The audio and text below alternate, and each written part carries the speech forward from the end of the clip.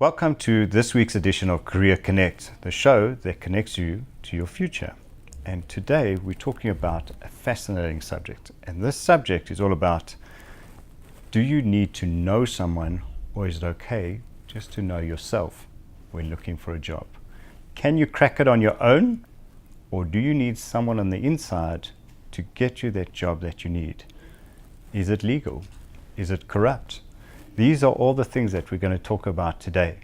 And as my guest today, I have a reputation expert, Laura, and I have Carrie, who's a model. And we're going to find out more about them. And so, Laura, let's start with you. Tell us about yourself. So I work for a company called Reputation Matters. And we have a research element to our organization that brings a little bit more than just a PR agency. We have a look at what's building and what's negatively impacting your reputation. And based off of those results, we'll take a look at how we can best implement how to improve your reputation. Fantastic. And do you work with young people? Yes, we do. We've got actually quite a young team. And I am personally involved with the recruitment side of things with our organization on the Gauteng basis. We're going to be asking you some questions, so I hope you've got lots of content to share with us. Carrie, tell us about yourself. So I'm a professional model and dancer. I also teach dancing. I teach ballet, tap, jazz, modern and contemporary. I've been teaching now for 3 years. I danced a lot of corporate shows and events. I also danced for the Lions rugby cheerleaders for 7 years. I was going to ask, which rugby team do you support? Because the Lions, of course. Yes, I danced with them for 7 years. I also choreographed and managed for a year, which was a lot of fun being behind the scenes. And yeah, I'm very passionate about what I do. I really love it. I've also modeled overseas. I modeled in China. I was based in Asia for 3 months. That was a very, very different experience, especially to the modeling industry in South Africa. But I thoroughly enjoyed it. I learned so much, and it brought back a lot of knowledge as well. that's quite a story. Yeah. So let's start with you. Let's ask the question. In the modeling industry, is it important to know someone on the inside? I think when you're starting out in modeling, I think it's all about finding the right agency, the right agent for you. You know, it depends. You might have a more commercial look, you might have a more high fashion look, and different agencies cater for different types of models. But even if you find that you've got a high fashion look and you're suited to a specific agency, you might find that the way they work with you doesn't really gel with what you are looking for in your career. And I think starting out, it is more about your abilities, your talents, what you have to offer. It is a very physical and superficial industry at the end of the day. So a lot of it is based on purely your looks, but personality does come into play. And you'll find, especially when you go to castings, if you don't have that kind of personality and that kind of character, something that people will remember, you know, you won't really make it in the industry. You have to have a very thick skin as well. And you'll find that when you do start booking bigger campaigns, it can depend to a certain extent on, you know, who you know and who knows you. On the one side, on the ability, I think we all get, yes. If you're able and you can sell yourself and beyond your looks, if you have that X factor, you can do this. Tell us about the side of the industry that you need to know people. Well, definitely there is that side. I mean, I'm not going to lie. I think what happens is, like I say, once you've built up a reputation and people know your name, they know who you are. You don't have to actually introduce yourself. They know. They see a picture of you in a magazine or on a billboard in a campaign. They know that model. They want to book you just because of who you are. And they know that if I book this girl for the show, it's going to attract certain people. And I think if we look at now, like with all the Instagram models, a lot of the models are becoming famous and relevant because of who their parents are or who they know. Does it matter who you associate with? Definitely. And especially going forward, if you want to reach like a certain level of success in the industry and you really want to be known as, you want to get that supermodel status, it definitely does depend who you've seen with, who you photographed with, who you're around, who you associate yourself with. Definitely.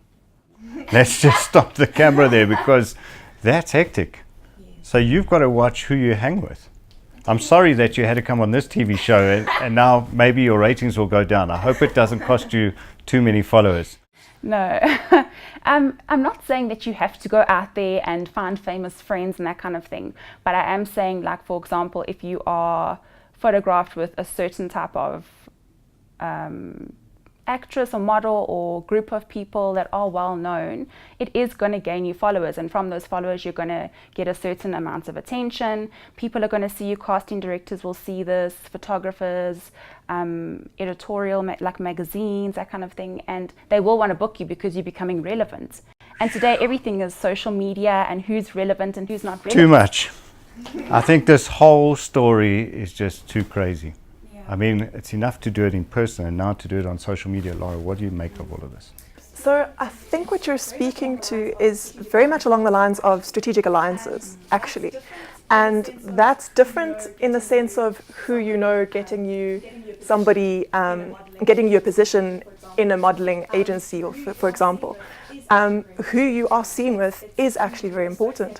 It's who you associate yourself with. So if you're treating yourself as a brand, that is very, very important, not to associate yourself with people that don't fit in with that brand specifically. So, what do you see in the corporate world? With regards to?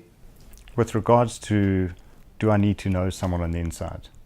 Is it good enough if I know someone in marketing, I want to get a marketing job, and I say to that person, here's my CV, can you forward it to HR? I'm interested in your company. So I think within the corporate sphere, there are those instances where you do have somebody that you know at the organization that can get you the foot in the door. As long as the processes are followed, as long as you are still going through the exact same recruitment process that everyone else is going through, that is open and honest and transparent, and you can ask questions about it. How long is this recruitment process? What does it entail? How many other people have applied? Those kind of questions, as long as the organization can answer those questions, I think it's all right. Because just because you've gotten an inside the organization doesn't mean, or shouldn't mean, that you get the position. That person specifically, for example, you know somebody in the marketing department, shouldn't be involved in the recruitment process at all then. Just to maintain that. So let me turn it the other way. Is it okay if the marketing person likes me and asks me for my CV and says, I'm going to forward it to HR? As long as there are other people that they've done the same thing for. So as long as the process is equal for everyone, that's fine. Because you don't want to discourage people from applying just based off of the fact that, oh no, but so-and-so said that they got in purely based off of the fact that they knew somebody at the organization. This is where social media, and this is where all perception comes in, right? What people think goes on. Is that what happens in the modeling industry too? I think to a certain degree, yes. Have you ever paid for a job? What, paid to get a job? No. No, I've never. No, like I'm not. Do you know of anyone who has? I know of people who have done certain things to get certain jobs, yes. So tell us, we're not going to name and shame, we're more interested, or is it X-rated? Some of the stuff definitely is X-rated. I mean, but no, some of the stuff that I know, for example, I was once with an agency who actually said to me, you know what, if you want to book like Sports Illustrated and FHM and those kind of editorials and those kind of magazines, you need to date the right kind of person, you need to date a well-known rugby player or cricketer or that kind of thing, you know, and they're very open about it. They will tell you if you want to get there, that's how you get there, you know. I think I've heard enough to take us to a break, because I need to take this all in and see where we're going afterwards. If you have any questions, let us know. This is fascinating. Do you need to know someone, or can you just associate with someone, or can you just get in on your own abilities? We'll be right back after the break.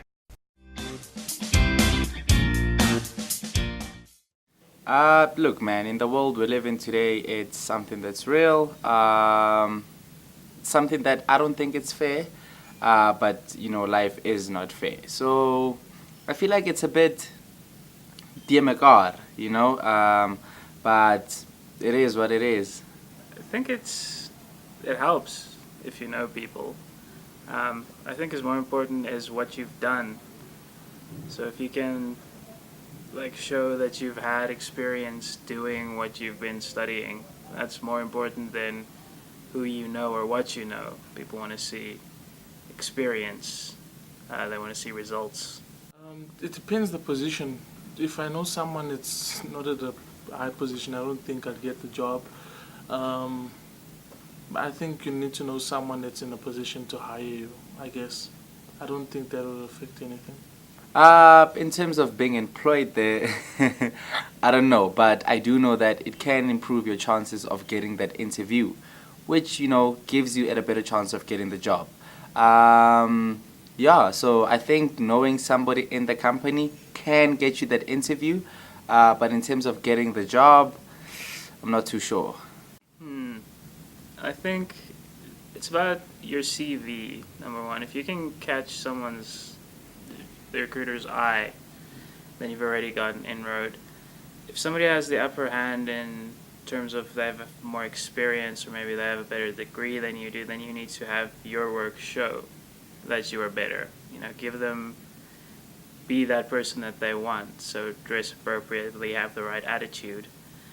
And if your work is good enough, then that'll speak for itself. Just give it a go. You never know what might happen. In the end, meet people. You know, you never know if it will work out, but it's better to have tried. I think that you just need to go out there and fight for it, you know. You just have to show them that you want it, and despite somebody having the upper hand, which can be discouraging, you just need to go out there and fight for it, man, you know. It's a hard world out there, but if you want something, you go out there and you fight for it, no matter what. So welcome back. The first half we found out the ravages, what's going on in the model world, and it really sounds like I'm so happy and relieved I didn't pursue that route. But really what we focused on, because we're inundated with requests from young people, is like, how do I get myself ready specifically for the corporate world? What should I do, and maybe what shouldn't I do? And maybe there's a lot of ignorance amongst young people. Where is the line? Where's the healthy line in terms of getting that job that I need, knowing that there are limited jobs? So, Laura, let's kick off with you. So, are you referring to how to get a job, basically? Well, in a matter of reputation, Yes. what are the do's and don'ts when I am looking for a job, and where is the line that's acceptable to use your contact base and network? Okay, so I think it is a good idea to reach out to your contact base, purely because they do know you, they know where you might fit in well. If they're working for an organization that they feel you might be a good fit for, they can recommend it. They shouldn't be the ones that get you the job. You need to take your own initiative, make the point of getting in contact with the relevant people at the organizations. Don't apply to 1,000,001 jobs for 1,000,001 jobs if you are looking for a job. Try to focus on 5 to 10 companies maximum, just purely for the fact that when you're doing that, you are focusing your energy. You're determining what your actual goal is. Where do you want to land up? What job do you want? And when these people get back to you with a request for an interview, for example, I mean, I've had it in my case where I've phoned a potential recruit back to set up an interview based off of the online form that they filled in for us, which is the first step. And they don't know who I am or where my organization is. And they say, sorry, who? Do they suggest maybe can you be in touch with my personal assistant to find out which application that was, because I filled out so many? Yeah, so not a good idea. You want to make the people that you're applying to, the organization that you're applying to, feel special. So you said you see a lot of young people in the recruitment process. What have you seen that is just astounding? Like, don't do that. Like, what are some of the crazy stories? I would definitely say not. Okay, so first of all, always be on time. If you're half an hour late and you don't even have a good excuse, or you haven't called ahead to mention, listen, I'm so sorry, I'm running late. This and this happened, something unavoidable. Is that a yellow card or a red card? For me, if you haven't called to let me know, that's a red card. Did you note that, Carrie? Red card. You called. That's not your nail color or your lipstick. It's a red card. So it's all about your own reputation. I mean, when you are coming through for an interview, it is very, very important that you put forth your best self. Yeah, your first impressions do count. And if you're running late, I mean, it happens. It's a human element. Things happen. We understand that. But if you don't communicate that, and you're unapologetic when you get there, and you're unapologetic when you get there, what kind of a person am I going to think that you are? Then it's going to take who you know to get through that handicap, because there's absolutely no way in your ability for you to actually win that situation. Yeah. What else besides being punctual? So I've also had people come dressed inappropriately. So for example, I've had ladies come with very low cut tops, which immediately just puts me off, specifically because we are in a reputation management organization. So for us, it's very, very important to put that best self forward. We also have very high expectations of grammar and spelling and communication because of the industry that we're in. So you also get the people on the online form, for example. It is quite a rigorous process, our recruitment process. The online form that we have is quite long. A lot of people don't even complete it. And that just shows us, and it weeds out the people that we don't want, because it shows that you don't have that commitment even just to finish or fill out the form. Amazing. What do you think when you hear all of this? No, for me, like, what's very important, definitely first impressions, the way you present yourself. Some people, especially nowadays, people are so sloppy, like with the way they dress and the way they carry themselves. There's a time and a place. And I mean, like you said, the low cut tops, like coming in like little skirt shorts, you know. Even today for this interview, I mean, you can't come here dressed scantily clad, you know. You've got to look a certain way. You've got to hold yourself in a certain way, speak in a certain way, make sure that you look good. What about guys arriving wearing a hat? As long as it comes off when you're greeting somebody and you're going to sit down and talk now. And shades, the shades indoors need to stop. No to shades, and we're playing cowboys and Indians. I mean, is this how things are? It's the job you Yes. want. Dress for the job you want. If the job that you want and you're applying for a corporate position that's not necessarily with people walking around with shades indoors and with caps, don't do it. It's your personal style, fine. But if you're coming for an interview for a job that you want, dress for it. There is a time and a place. There's an element of professionalism to it as well. So it depends on the job that you're applying for. I mean, by all means, if you're applying for a job to go and be a farmhand, wear a hat. Great. Carrie, is there anything on your mind that you want to ask Laura?